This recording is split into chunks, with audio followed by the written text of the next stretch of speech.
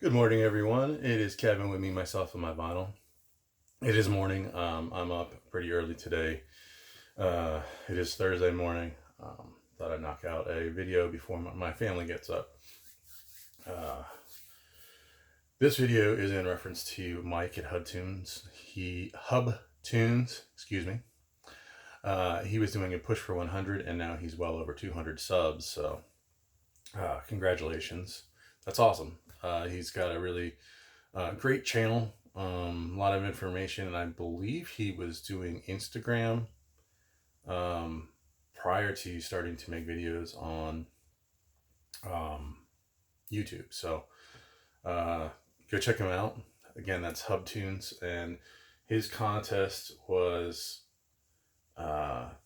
show a minimum of 3 records, one from each year. The years were the year you were born, the year you graduated or were supposed to graduate, and then the last one was this year. So, all right. I was born in 1980, and as I was going through the list of like stuff that came out in 1980, there were some really great records that came out. Probably the biggest one was AC/DC's Back in Black. Bruce Springsteen also had This River. And now that I try and think about the list, I'm drawing blanks. But I have two here, again from 1980. The first one is Peter Gabriel's, and it's titled Peter Gabriel. And this could have been 4 different records because I think he had 4 records that were named the same thing. So this one is affectionately known as Melt because it looks like his face, is kind of melting off. It's kind of cool. As you get closer, you can kind of see.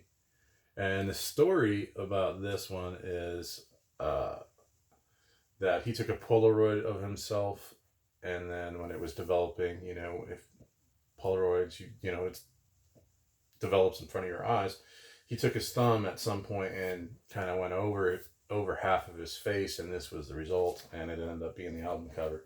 At least that's the story I know. So that's Peter Gabriel's Peter Gabriel. Great record. It's got some really great songs on here. I'm not going to go into that, but all right. So the next one that I pulled, and this is one of my favorite albums it's actually one of my favorite albums right now. I've been doing kind of a deep dive on this band, and it is the Talking Heads, and this is Remain in Light. I've shown this before. This came out in 1980. This is kind of a this is probably their best known album, and maybe their best album.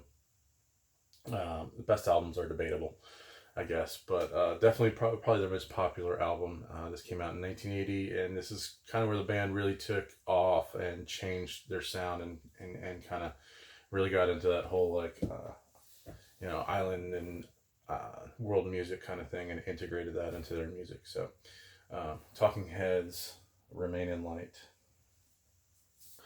All right, so I graduated in 1999, and it was very difficult for me to find actual records from that era because, CDs were how we were listening to music. Not many people listened to records. Record companies sure weren't producing records anymore. It was kind of a dead period for vinyl. Um, as far as being produced and stuff. Now we're getting either reissues or we're getting new presses. And I actually received this as VCLT recently from Aramitha Alamere, and that's Rage Against the Machine's The Battle of Los Angeles.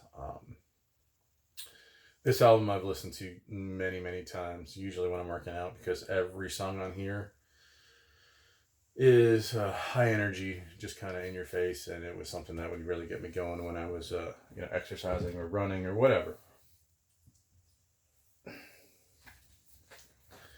So the last album I'm going to show here is from this year, something, and I was thinking maybe something that I bought from this year, but I only have one album really that was produced and released this year, and that's we're only 4 months in, right? It's April. Yeah, it's the second week in April. And that's The Pretty Reckless Death by Rock and Roll. This album I love. This album is, I've given this away as VCLT to two other people. Um, uh, but this album is kind of a throwback to that like 80s rock and roll.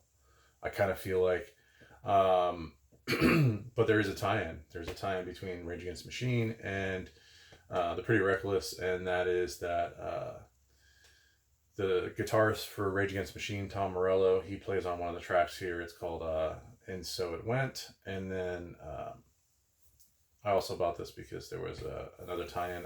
Soundgarden, Matt Cameron and Kim, I can never say his last name. It's Thale? Thale?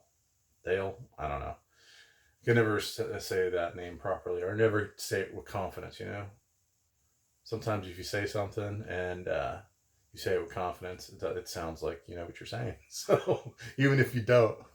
So this is the lead singer, Taylor Momsen, and she's got a great voice, and you know, I really do enjoy listening to this record. Again, I gave it away to two people because I thought it was that good.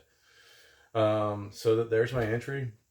Mike, congratulations. I know you're well over 200 subs now, but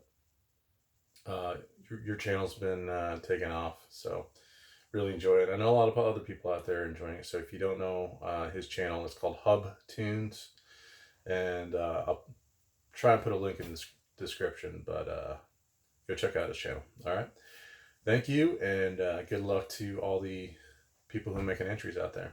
All right.